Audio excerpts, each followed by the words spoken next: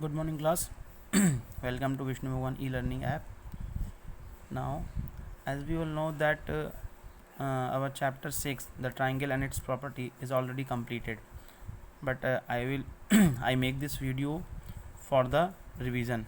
Those who have not attended the GMeet class that time, they will understand this chapter from this video. Okay.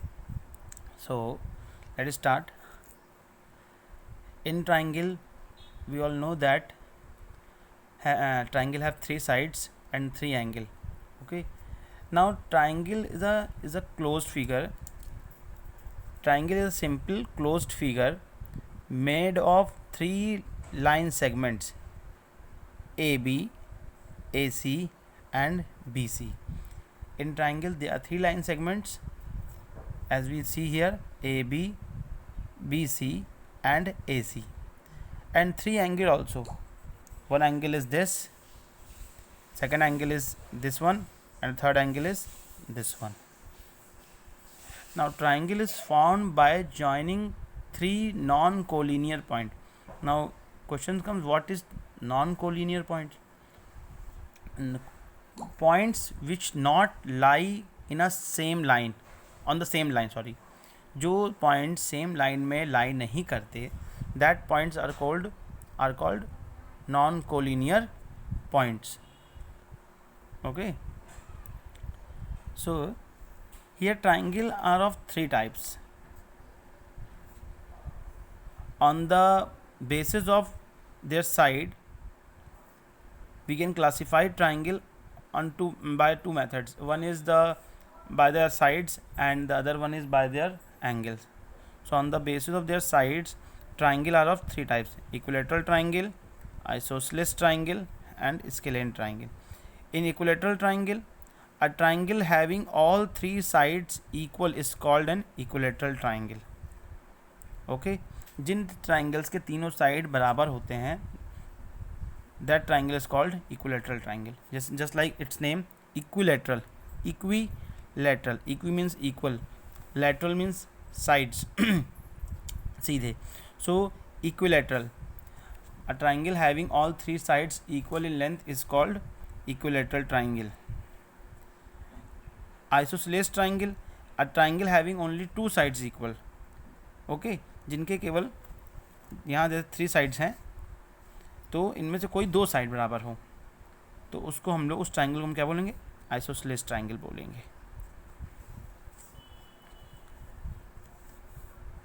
Now scalene triangle, a triangle in which no two sides are equal. वो triangle जिसमें कोई भी side बराबर एक दूसरे के ना हो, उसको हम क्या बोलेंगे? Scalene triangle. Now on the basis of their angles, again triangle are classified into three groups. One is obtuse angle, second one is acute angle and third one is right angle. ठीक. Okay, now acute angle triangle. What is acute angle triangle?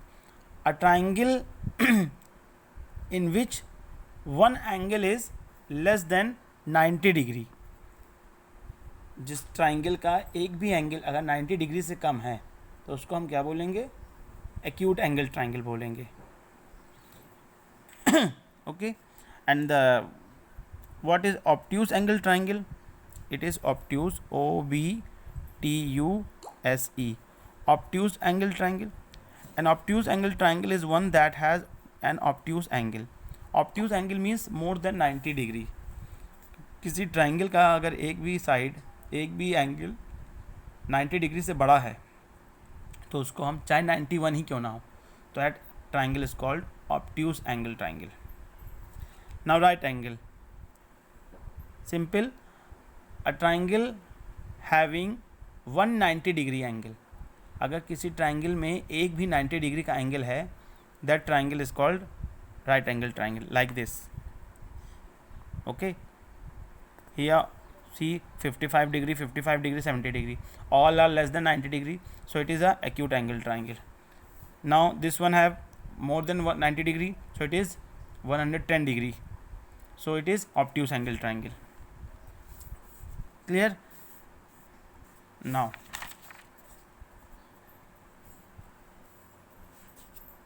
exterior and interior points, exterior angle of a triangle and its property. तो what is exterior angle? देखिए हमने आपको यहाँ triangle बनाया था, ये एक हम बनाते हैं, जो अंदर के सारे एंगल हैं ये हमारे क्या है, interior angle. But all the angle which formed outside the triangle, this one, 1 2 3, sorry यहाँ नहीं, यहाँ बनेगा, इज कॉल्ड एक्सटीरियर एंगल. जिसे यहाँ देख सकते हैं, this one angle C, this one angle A, okay, देख रहे हैं ना. तो ये एंगल क्या है, एक्सटीरियर एंगल है. ओके, एक्सटीरियर एंगल की कुछ प्रॉपर्टी है. एक्सटीरियर एंगल की प्रॉपर्टी ये है कि अंदर के दो एंगल का सम, किसी भी अंदर के दो एंगल, उसका सम जो होगा वो आपका 90 डिग्री से एक्सटीरियर एंगल बराबर. मान सपोज है, हम यहाँ एक लेते हैं एग्जाम्पल. सपोज ये एंगल 1 है, ये एंगल 2 है,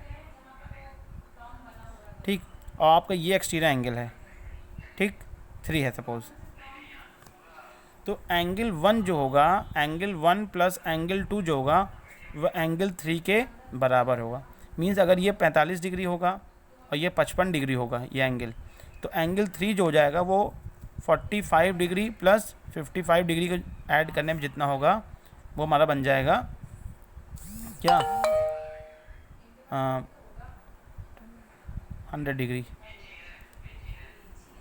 ये बन जाएगा हमारा angle 3. Means the sum of two interior angle is equal to one exterior angle of the triangle.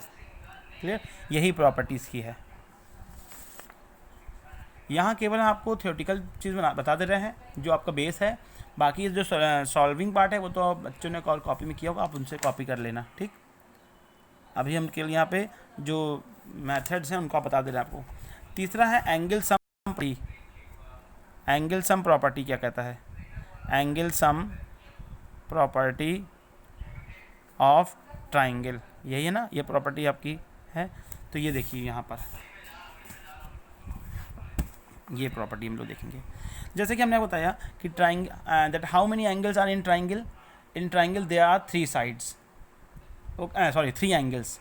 Okay, so अब अपने मन से अगर हम एंगल ले लें, सपोज हमने ले लिया 110 डिग्री, 120 डिग्री, 180 डिग्री, तो क्या ये भी ट्राइंगल के एंगल होंगे? नहीं.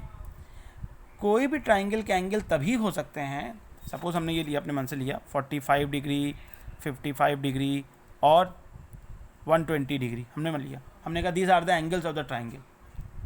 तो हाउ इट इज पॉसिबल, ये कैसे हो सकता है, इसको जानिए. If the sum of all the 3 angles is equal to 180 degree, exactly equal to 180 degree, then only the angles are of the triangle, of any triangle.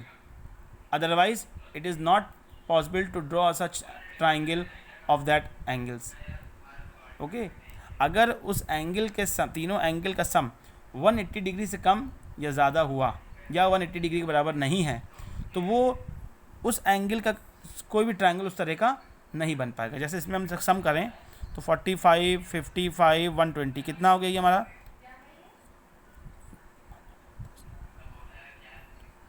220 degree, जो कि 180 degree से ज़्यादा है. So a triangle of such angle is not possible. A triangle is to construct of such angle is not possible. इस angle का, इस तरह के एंगल्स का एक ट्राइंगल कंस्ट्रक्ट करना पॉसिबल नहीं होगा. मीन्स कि आप कहने का मतलब मेरा ये simply that the sum of all the angles of the triangle is exactly equal to 180 degree, must be equal to 180 degree. उसको 180 के बराबर ही होना होगा, 180 से कम भी नहीं और 180 से ज़्यादा भी नहीं. ओके, यही कहता है आपका एंगल सम प्रॉपर्टी.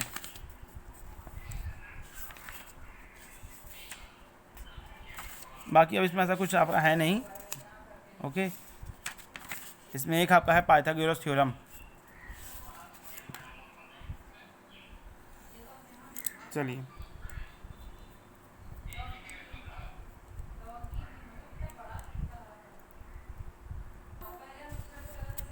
यस, अब आते हैं हम लोग पाइथागोरस थ्योरम पर। ये थोड़ा समझाना आपको है, इसको तो समझ लीजिए। ये थ्योरम क्या कहता है, बहुत इंपॉर्टेंट थ्योरम है ये, इसलिए मैं इसको आपको पेपर समझा रहा हूँ। What is Pythagoras theorem? This theorem is only applicable in a right angle triangle.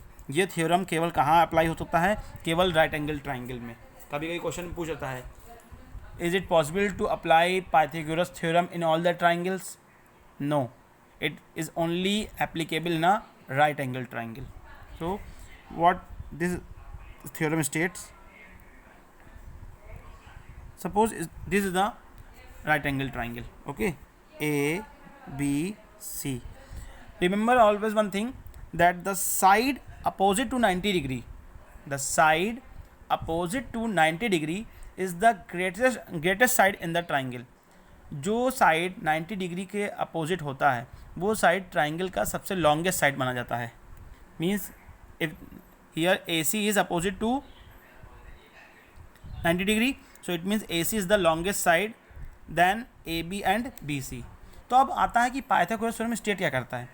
So Pythagoras theorem state that the square of the longest side, the square of the longest side is the sum of the square of other two side. देखो जैसे मैंने कहा, the square of longest side, इस longest side को हम hypotenuse भी बोलते हैं, रिमेंबर इट, इस लॉन्गेस्ट साइड को हम हाइपोटेन्यूज भी बोलते हैं। The square of longest side is the sum of the square of other two sides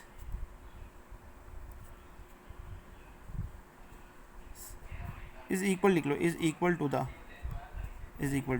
the square of longest side is equal to the sum of the square of other two sides.